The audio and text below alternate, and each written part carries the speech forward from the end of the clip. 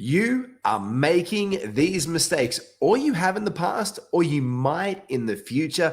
There are some rules, there are some mistakes we make in fantasy basketball. I know this. I've done them, I've made them, I've learned from them. And now I'm just here to sprinkle that knowledge and that learned acumen of NBA fantasy here for you and go over some of the biggest fantasy pitfalls that we make to help you absolutely crush your league and make the most out of your fantasy league. Let's get to it here in Believe in Fantasy.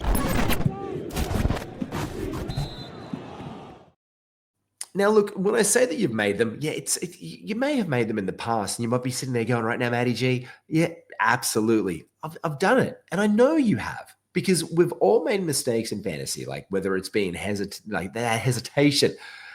It's not like hitting it like a hezzy on the court. It's like, don't want to cut that guy. And then you should have cut that guy. And then they blow up and someone becomes Jeremy Lin or Hassan Whiteside or whoever the saving grace is. Or they become Danny Advia last season, who turned into Michael Jordan, and even he was surprised by how good he was in real basketball and in fantasy. These things happen. But there are certain things that we can learn and we can glean, and mistakes that are frequently made in fantasy basketball. And I'm going to hit you with the number one thing, because it comes down to one of my very favorite players, LeBron James. And I know he's on the cover of this. Robin was like, Matty, I'm like, who do you want on the cover? And I'm like, LeBron James. Because there's a very big thing about LeBron James. And this is why mistake number one is don't draft your favorite players. And now I know if you're watching this in America, you're wondering why there is a U. It's because God's English in England it has a U in the word favorite. That's a whole spelling situation. But don't go drafting your favorite players. You might want to draft your favorite players. You should. I mean, look, let's be honest. It's fantasy basketball. It's not reality basketball. It's not like you're going to the game. It's not like you're paying all those money for the tickets. But you want to win. And if you just draft your favorite players the whole time, you're probably not going to. I mean, if your favorite player was Joel Embiid, or you're a really big homer for the Philadelphia 76ers, that didn't go so well last year, did it? Or maybe you were counting for Larry Markkinen if you're a Utah Jazz fan, or you're from Finland, to come back and do what he did a couple of years ago. And he didn't last year. And it created people. If you continually go in and hammer on down on drafting your favorite players, you are going to be eclipsing the number one thing that you need to be drafting for in fantasy basketball, and that's value. Every decision we make should be about value. Now, I can go over all the statistics and all the analytics 6 ways to Sunday and tell you that at the end of the day, the number one thing that you want to be doing is drafting for the very best value that you can get. Why? Is because at the end of the day, that is what's going to help you win your league and absolutely crush.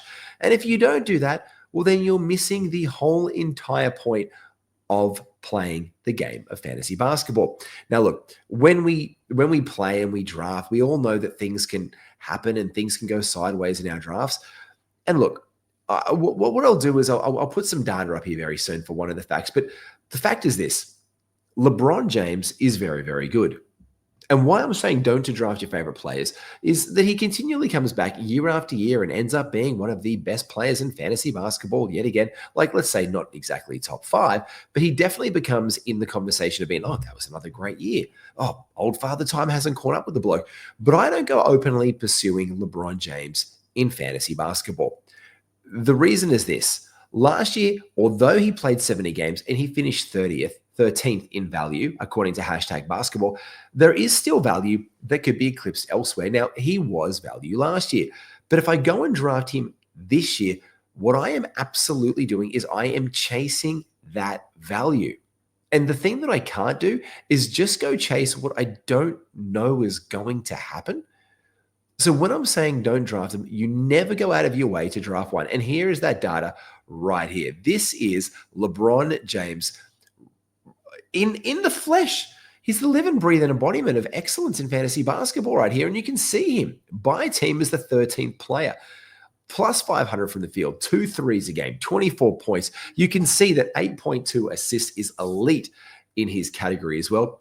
But again, I'm not just focusing in And this year, there's a reason as well. We all know the narrative around, oh, what's going on in Los Angeles? Is it Luka's team? Is it LeBron's team? Maybe he gets huffy. Maybe he demands a trade. He waives his no trade clause and it all kicks in and goes 6 ways to Sunday. Yeah, that can absolutely happen. But you don't go chasing your favorite players for this exact reason and specific purpose. It'll undo you every single time. But again, look at the Philadelphia 76ers last year, and they're a reputable team that were designed to win championships. And yet it didn't happen.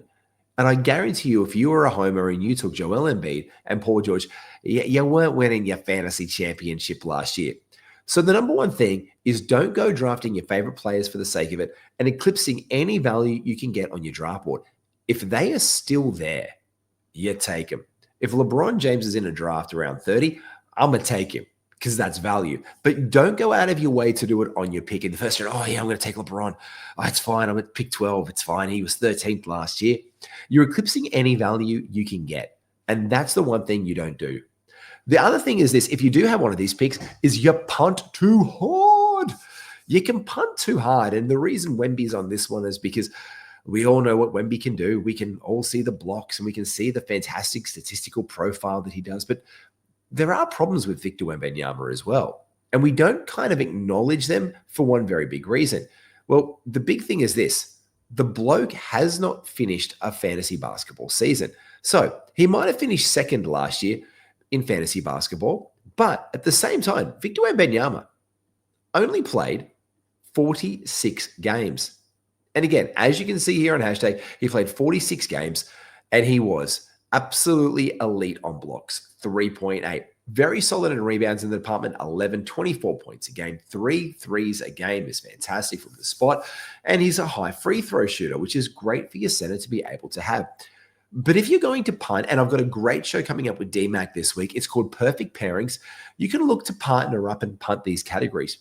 So you could be trying to get all the blocks off the board the whole entire single time. And if we start sorting by blocks, you could be like, oh yeah, I want to get all the blocks. I'm going to take Walker Kessler. Oh, I'm going to try and get Chet. Oh, I'm going to try and get Miles or Lopez, who's down, or Gafford. You can see there's no other player gets above 3 blocks in fantasy basketball apart from Victor Wembanyama. There was only, in the next ranking here, Walker Kessler, Davis, Chet, and barely Miles Turner getting 2 more blocks a game.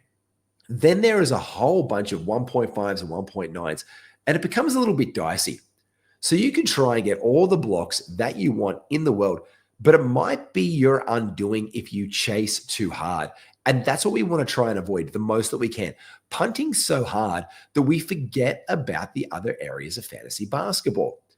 That's the most important thing. Chasing points or blocks, it's flashy and fun until you realize you might be dead last in assists. And then what do you do? Like, that's fantastic. Or maybe you're last in steals and field goal percentage. I mean, you've totally overlooked those, especially when you look at categorical scarcity or where categories and there's alignments in fantasy. You can just go off the deep end really, really quickly. So again, when we do that exercise, we're not trying to punt too hard. We are punting things, of course, and punting can be incredibly valuable. But also don't forget about balance and making sure you can be competitive across cats, because that's the number one thing you can get really excited on draft day. You can have your guys, you can know your strategy, you miss one, you roll to the next one. And that's what it takes away from the value that we want to be gleaning from our fantasy drafts. So if we're looking to punt too hard, immediately what we tend to do is we overlook the other things like, oh, geez, I'm behind on assist and free throw percentage. That's 2. And actually, I've got a whole bunch of guys that turn the ball over as well. That's 3. And if you're in a 9-cat league, you start to add them up. And if you've got another guy you're going up against that week who's very similar, has got some really good rebounding and some balanced out, you're going to be crushed. You might come away with 3 or 4 categories that you really lent into, but it's not going to get you the 5. And what's your championship really chasing? And we're going to come to that as well. Like, what are you chasing each week? Are you chasing the 1 point for the win, or are you chasing to take down as many categories as you can? The next one, this one's an interesting one. Mistake number 3 is that you do have a bias. It is called recency. And I'm talking about the norm. I'm going to call this the Norm Powell effect. I'm going to call it the normie. This is going to call it the normie just for some fun. For some fantasy fun, let's call it the normie effect. Last year, there was no defining. Like, no defining, no delining, no denying. Look, it's no norming that we're going to be here. We're going to be no Norm Powell hate, no Norm Powell hate speech in the chat whatsoever, because Norm Powell had an incredible season. Now, it didn't go the same way when Kawhi was back in full strength. He finished the season as the 78th ranked player, according to hashtag basketball overall. And Norm Powell, 78th overall, people were putting him up in all-star ballots before like, I kid you not, this was a guy who was in those conversations for most improved, sixth man of the year, all of those things, but then he was starting and then he was winning it 6 ways to Sunday, having an absolute field day. And you can see right here in the Clippers lineup, he did incredibly well. 78th overall, played 60 games. There were those injuries, 32 minutes a night. And look, his average for field goal percentage, average for three-point percentage, but the 3 threes, the points and the steals were all there. Now, the rebounds and the assists don't help you a hell of a lot. The blocks don't help you a hell of a lot. But his average and turnover, so it doesn't give you an entirely large ding there. This guy's probably got a bit of a bee in his bonnet. He didn't get taken back by the Clippers. They got traded away. He's got John Collins in the way. And in some leagues right now, and this is crazy, I have been in a heck of a lot of mock drafts doing that grind work early on. And John Collins is going, and he's playing behind a bunch of guys. Andrew Wiggins isn't going or going late. And Norm Powell is slipping a little bit. And because of that recency bias we have about how he was in the playoffs last year and the whole big, oh yeah, but he wasn't that good after Kawhi came back and he was a little bit injured. He only played 60 games. Well, who are the Heat going to be beating in the East? Like, I mean, it's the East with two of the best teams in the East now completely laywayed for the year with Tyrese Halliburton and Jason Tatum being out for the Pacers and the Celtics respectively. Like, what are we doing here? Are we just going to say, oh, the Heat are going to suck because Tyler Hero and Bam are their best players? But it's the Eastern Conference, people. And Norm Powell could really signal out some value. And this guy already is going well in the hundreds in some cases. I've seen him go undrafted. And so your recency bias is, oh, yeah, he sucked in the playoffs. Oh, yeah, they traded him. They mustn't like him. Or, oh, yeah, he kind of wasn't that great. He was a bit absent. He was injured at the end of the season. That recency bias you have, if you feed into that without really paying attention, you can miss value in your draft. So don't take the recency bias. Take it all as right here, right now. Don't let the playoffs, don't let the narratives, don't let the Ben Simmons working on his jump shot. Oh, I'm out here hitting threes now. Do you have a contract? That'd be great, Benjamin. That'd be huge. But don't let that kind of chat dissuade you from taking these guys who you could bring in. This also comes to the next one right here. It is this. It is following rankings instead of ADP is absolutely huge. If you are following rankings instead of ADP, then you are going to absolutely miss your draft day. Now, when I talk about this, it's for a very, very specific reason. What you have here is Fantrax updating as people draft. ESPN, it's a points specialist kind of vibe. I don't know what you want to call that. ESPN is really designed for those who play points leagues. There's a lot of points guys on there. There's a lot of category league players as well. But ESPN does a lot of points. And a lot of these early drafts are happening for points leagues. So their ADP data is designed for points leagues. And this is interesting because points league guys aren't the same value as category league guys. And I'm a category league guy. And this is what I'm bringing to the party here at Believe in Fantasy, which if you don't already, you should like and subscribe to all the stuff. Become an MVP member. The details are down below. It's cheap as chips. That's something we say here in Australia. It's cheap as chips, mate. It's cheap as chips. It's going to completely unlock your fantasy game for this season. You're going to get live Q&As. You're going to get like direct access to experts. There's a whole community just buzzing and popping and bubbling away in the preseason. You want to get into it and you want to lock in right now to Believe in Fantasy. Check those details out below. And so let's talk about this again. Let's go back to the main line here. We're going to be following these rankings instead of the ADP data. Now, okay, I've got that. You've got it. Where's your ADP? Who finished where? Blah blah blah blah blah. Let's share a little story, shall we? Let's look at some of those metrics.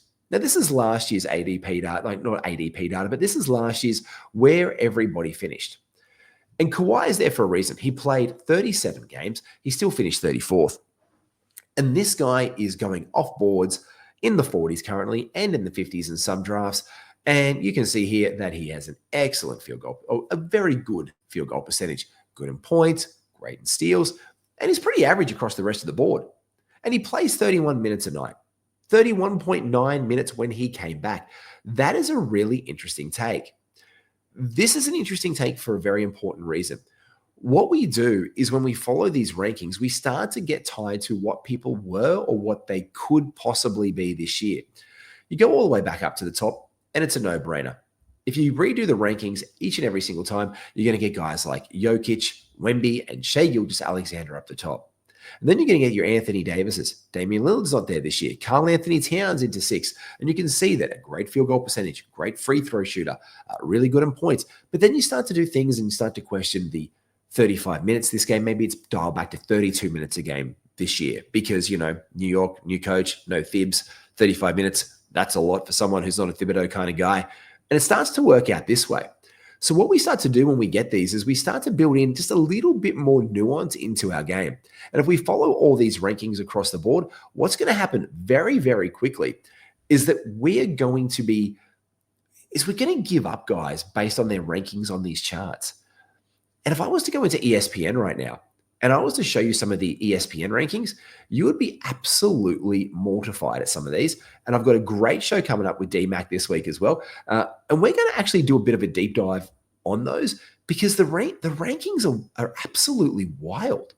Like there are rankings there that make no sense whatsoever. Let me share some of them. Right here, off the rip, straight away, these are some of the rankings that I've been looking at. And I've been like, there is no way on God's green earth this should be it. You've got, guys, here we go straight to the top. You've got Luka going above Shai. Wemby above Jokic. These are points leagues. Anthony Edwards in 6th. You could be there at your draft board on draft day going, yeah, I'm going to take him. Oh, he's the 6th best player. It's in there, especially if you're new.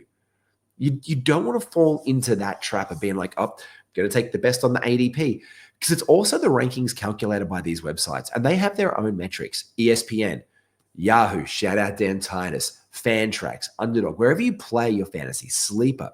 Everyone has their own inbuilt metric and it can be a combination of categories and points leagues. And most often or not, it is. And that throws it off. What's your league? Like, what are you doing? What are you looking for? What are you searching for? This is a prime example of when we start to look at these things, where it's off. Steph's at number 9. Chet's at 10. Chet's at 10. Chet is at 10. There's Kat, who you just saw, dial back. Oh, yeah, but Matty, Sabonis, 13. Barnes at 14. Look, it is absolutely wild, these rankings sometimes. And if you fall into the trap of following rankings explicitly, you are going to absolutely make the biggest mistakes come your draft day. And this then kind of loops into number 5. It's forgetting about minutes and games played. Now, the games played one, we've spoken about injuries and we spoke about Kawhi earlier on and Joel Embiid and Paul George. And we forget about the games played situation, and that's completely fine and it's relevant. But we can't predictate the future based on past injury. It does inform our opinion based on the length of injury, the severity of injury, a timetable for injury return, players' injury history and past with similar types of injuries. Look, a guy goes down for an injury who's never been injured in his entire life, and he's done, his hamstring for the first time ever. Can happen. And then, he was out. He undid me for 30 games. He was really bad hammy. Yeah, but was his team also tanking and they don't want to rush him back? What's the story there? Like, we've seen it with James Harden in the past in Brooklyn. And there's so many examples where injuries are also misleading in basketball, let alone then their impact on fantasy basketball. I mean, Mark Williams was a zombie who Charlotte managed to trade to LA. That was okay. And then he was so injury ravaged, he couldn't play basketball for them in the future. So they shipped him back to Charlotte, and now he's in Phoenix this year.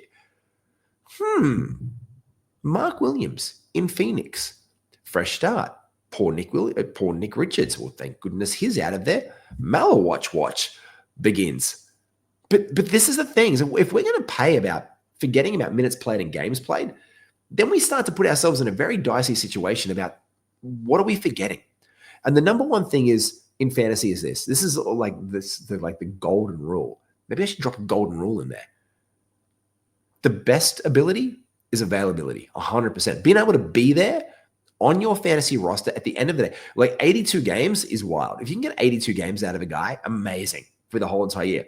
Unlikely, unless they're like Mikal Bridges, and then one of the games is like 20 seconds. But that's a different conversation. It's not even a conversation. The guy showed up. You should have expected it. Shame on you and on me, because I'm pretty much sure I'm had him that year.